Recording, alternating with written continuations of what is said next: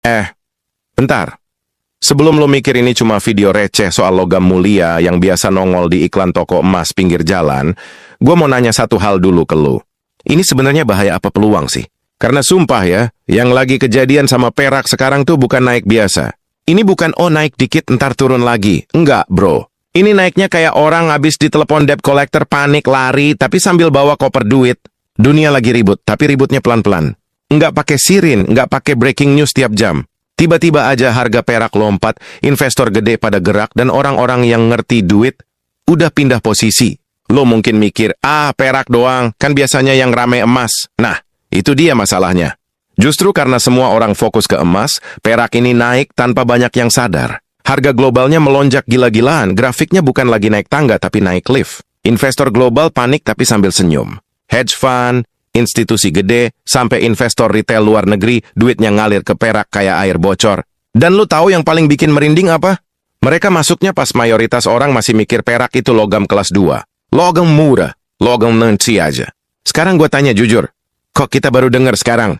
Padahal pergerakan ini udah jalan bro, bukan baru kemarin sore. Tapi kayak biasa, berita penting tuh sering kalah sama gosip artis cerai.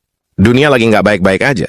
Inflasi masih ngambang, suku bunga bikin investor was-was, geopolitik kayak bensin ketumpahan korek. Di kondisi kayak gini, duit gede itu penakut, dia nggak suka ketidakpastian. Dan saat emas sudah kemahalan, perak jadi target empuk. Safe haven, tapi masih undervalued, kata mereka. Bahasa kasarnya, masih bisa diperah. Di titik ini biasanya orang mulai denial. Paling bentar doang, paling digoreng. Nanti juga turun. Bro, kalimat itu tuh udah kayak mantra wajib tiap kali ada perubahan besar. Sama kayak dulu waktu orang ngetawain Bitcoin di awal, atau ngeremehin properti pas masih murah. Bukan berarti semua yang naik itu bakal jadi legenda, tapi tiap pergeseran besar selalu dimulai dari fase, nggak dianggap serius. Dan sekarang perak lagi di fase itu, tapi udah telat buat pura-pura nggak lihat. Kalau lu pikir ini cuma soal harga perak, lu salah besar. Ini bukan sekadar grafik hijau atau merah. Ini soal arus duit global yang lagi ganti jalur. Ini soal ketakutan kolektif orang-orang yang pegang triliunan, yang lebih milih parkirin duit di logam daripada percaya sama sistem keuangan yang makin hari makin absurd. Bank sentral cetak duit kayak ngeprint skripsi, utang negara numpuk kayak cucian kotor, dan pasar saham tiap minggu kayak naik roller coaster tanpa sabuk pengaman. Dalam kondisi kayak gini, perak bukan cuma logam, dia jadi sinyal. Dan ini yang jarang dibahas, bahkan sama media. Perak itu beda sama emas. Dia bukan cuma disimpan, tapi dipakai. Dipakai di industri, teknologi, energi, elektronik, artinya apa?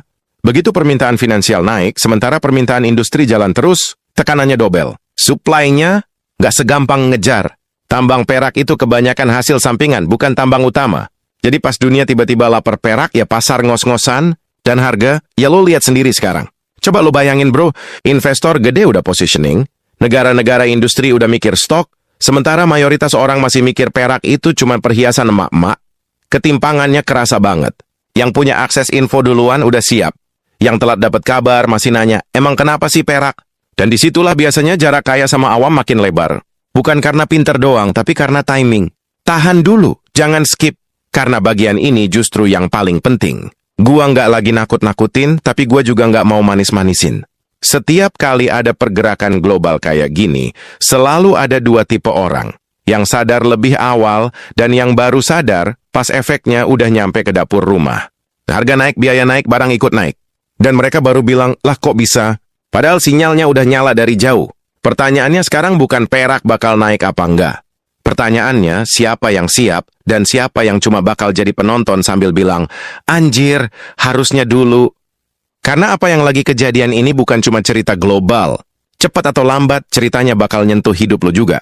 Duit lo, kerjaan lo, harga barang yang lo beli tiap hari.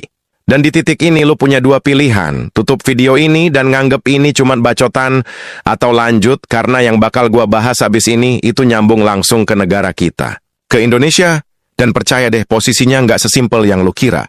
Lo mungkin ngerasa cerita tadi kejauhan kayak, ya itu kan urusan luar negeri. Tapi lucunya, dampaknya pelan-pelan nyampe ke sini. Ke negara yang tiap hari kita banggakan, tapi sering nggak kita pahami posisinya.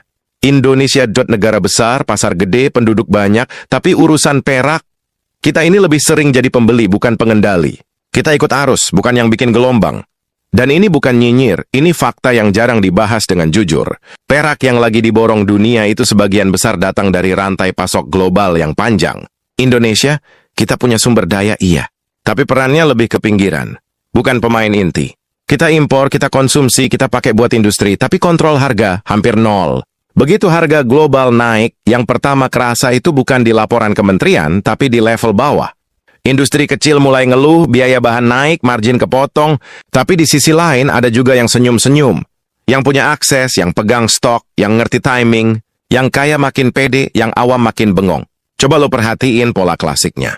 Tiap ada komoditas naik, narasinya selalu sama. Ini bagus buat ekonomi, ini peluang. Tapi peluang buat siapa dulu? Buat yang udah siap. Buat yang udah punya modal, info, dan jaringan.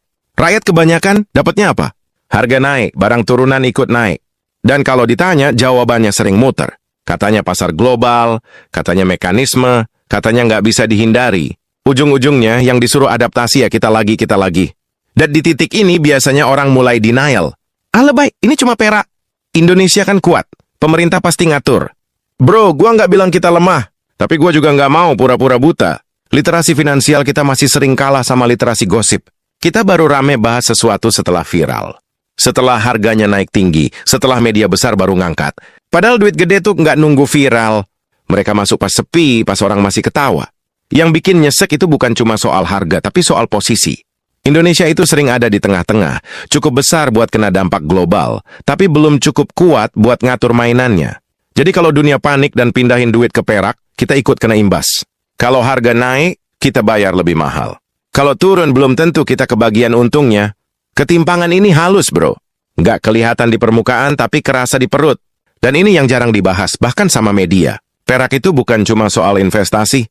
Dia nyambung ke industri teknologi energi. Artinya, tiap lonjakan harga itu ada efek berantai. Tapi diskusinya sering berhenti di harga hari ini sekian. Nggak pernah dibawa ke pertanyaan lebih dalam. Siapa yang diuntungkan? Siapa yang nanggung? Kita kebiasaan jadi penonton di pertandingan yang tiketnya kita bayar sendiri. Gue sering dengar orang bilang, ya udahlah mau gimana lagi. Nah, mentalitas ini nih yang bikin kita sering telat. Kita pasrah duluan. Padahal di level global, nggak ada kata pasrah. Yang ada cuma cepat dan lambat. Yang cepat ngatur posisi, yang lambat kebagian sisa. Dan di kondisi sekarang, perak itu lagi jadi salah satu medan tempur baru. Duit gede lagi adu cepat, adu sabar, adu info. Sementara kita, masih debat ini penting apa enggak? Tahan dulu, jangan skip. Karena bagian ini justru yang paling penting. Gue bukan lagi nyuruh lo panik. Gue cuma pengen lo sadar. Indonesia itu bisa untung dari situasi kayak gini, tapi juga gampang banget jadi korban. Untung kalau kita naik kelas, ngerti pola, nggak cuma ikut-ikutan. Korban kalau kita cuma bereaksi, bukan antisipasi. Dan sejauh ini jujur aja kita lebih sering di mode reaktif. Humornya begini, bro. Kita sering bangga bilang Indonesia kaya sumber daya. Tapi tiap kali harga sumber daya naik di pasar global, kita kaget sendiri. Kayak orang punya sawah tapi beli beras mahal, lucu tapi sedih. Dan setiap kali ada yang nyentil soal ini, jawabannya defensif. Padahal kritik itu bukan buat nyerang tapi buat bangunin. Biar kita nggak selalu telat satu langkah. Kalau lo pikir ini cuma soal harga perak, lo salah besar. Ini soal pola lama yang keulang terus. Komoditas naik. Euforia sebentar, lalu realitas. Yang siap selamat. Yang enggak, ya belajar dengan cara paling mahal. Dan sekarang gue mau lempar satu pertanyaan yang mungkin bikin lo diem sebentar. Di tengah perak yang lagi gila-gilaan ini, kita ini sebenarnya pemain atau cuman penonton yang ribut pas lampunya udah dimatiin? Sekarang kita bongkar satu ilusi paling umum yang sering bikin orang kejebak.